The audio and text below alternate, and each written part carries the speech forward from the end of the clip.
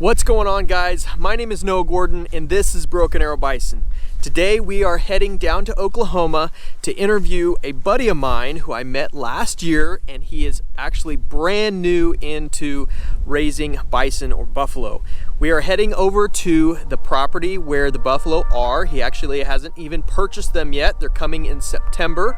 And so we're gonna go out there and interview him and be able to see these magnificent animals. Woo! Woo! Come on, baby! Woo! Woo! Woo! Come on, baby! Woo! Woo!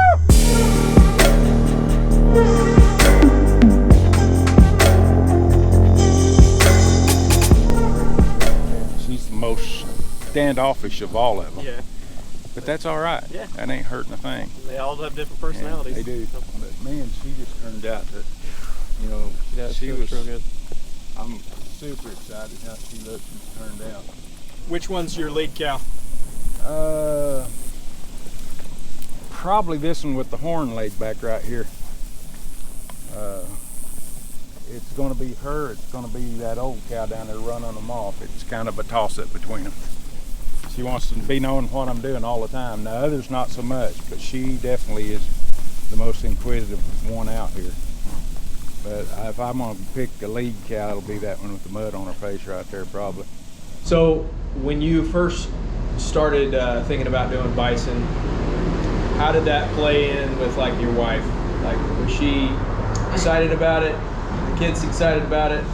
Yeah, the oldest Violet was certainly excited. You know, she just loves anything like that. And up until about a month ago, she was pretty determined that we were also going to have a unicorn on the ranch. Oh yeah. How about your facilities? Are you close to getting ready or still working on it? So perimeter fence is the main thing that we've been working on pretty much all summer. We have it all completely strung up, and now we're just working on gates and jumpers to keep that electric current going. So once that's done, we'll make sure everything's good there's no faults in it, and then we'll start to string up all the working facility for all the working pens. We're going to be working them here this fall, the day we bring them home. We're going to run them through the chute here, and then so we're not going to have to work ours on our place until the spring. And so all fall and winter we'll be setting post and welding oil field pipe together for all the working facilities. So along with the herd, Mike's also selling me his Pearson working system, so very, very thankful for that. And it's kind of one of those things, you know, we decided this is what we wanted to do. Our first option we thought about was just buying either from the Addingtons or at an auction, and when Mike called, it almost seemed like one of those things that was meant to happen, with a small herd that we're already going to be having calves and a working system to go along with it. So we jumped on that deal for sure. So How you say we? it's my wife and me, and then her family. Her dad is actually the one who owns the property, so we're releasing from him. But him and my brother-in-law Thomas, they help us out a lot. So they really help us out. They're excited for it. What do you do full time right now? So right now I work for a company called Highline, and I'm a territory manager, selling and doing inventory management for shop supply consumables. Okay. So everything from nuts and bolts to cable ties to butt splices, all those sort of things. Okay. So what's this guy's name here? Billy. This is Billy. The story. You want to know what's funny? Yeah. My first buffalo bull was named Billy. We named him Buffalo Bill, and he was after what you guys have probably heard, my wife's uncle. His name was Billy. That is hilarious. My quick that's hilarious.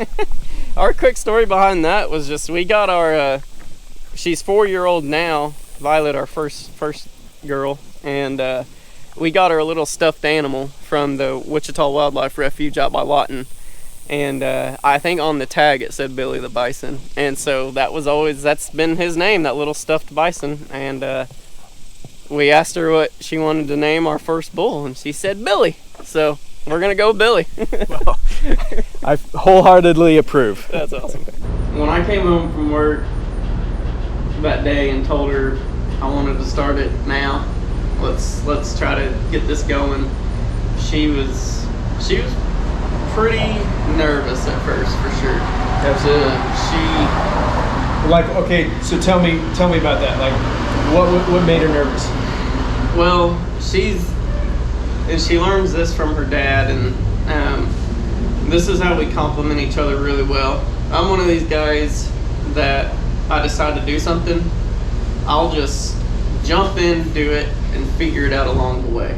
Right. You know. That's the way I am. And hardly prepare. That's the way I am. And then she is much more, okay, let's look at this from every angle. How can we do this financially? You know, you need to learn a lot more than you know right now, or we need to. Right. You know, I need to learn this too. This is scary. This is a big venture. You know, she looks at it from all those angles. So, being brand new, getting into raising these animals, I kind of like to know your insight from a beginner standpoint. Where do you see the industry going? You know, I'm young. Yeah. We both are, but I've kind of been in the buffalo scene for the last 10 years. Sure. I've got my own opinions on it, but where do you see the industry going? Yeah, well, I'm sure you've probably experienced this, and just in the short time that I have been a member, I think the National Bison Association is taking a very hard initiative to really get the bison name out there and bison information.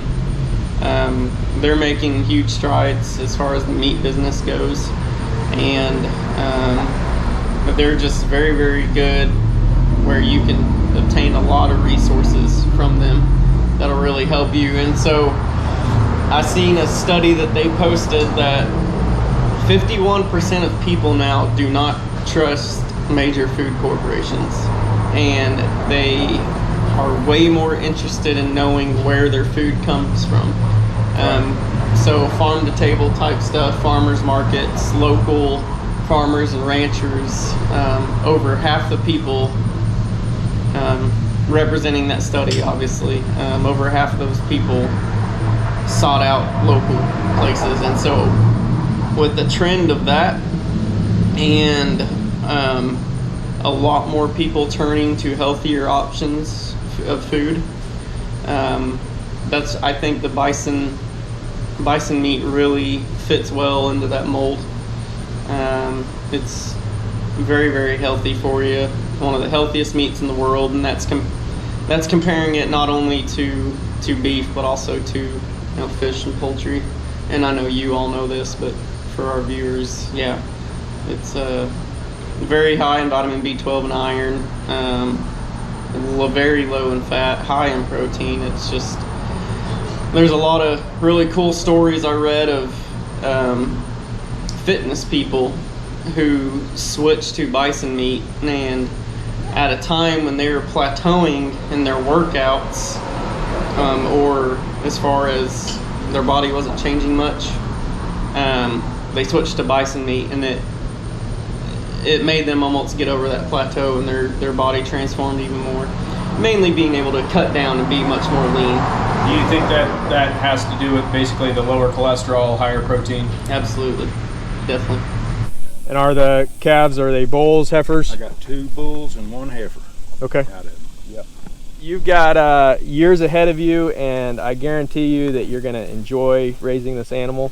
I started out, like you guys know, about 10 years ago, and never lost sight of it. It's absolutely amazing to be able to raise these guys. And I actually ran into Colby last year at the Oklahoma sale, and we got chatting and found out that he was getting started, and we just kind of kept up from there. And so glad to be able to see the idea go to actually fruition. So Yes, sir. it'll be awesome to see these guys on your place this September. You can find us on Facebook and Instagram and YouTube, Arrowhead Bison, and also arrowheadbison.com, where you can buy shirts, hats, and meat. We are all anticipating the growth of Arrowhead Bison. Hopefully you guys have enjoyed the video. My name is Noah Gordon. We are Broken Arrow Bison, and we will see you next time.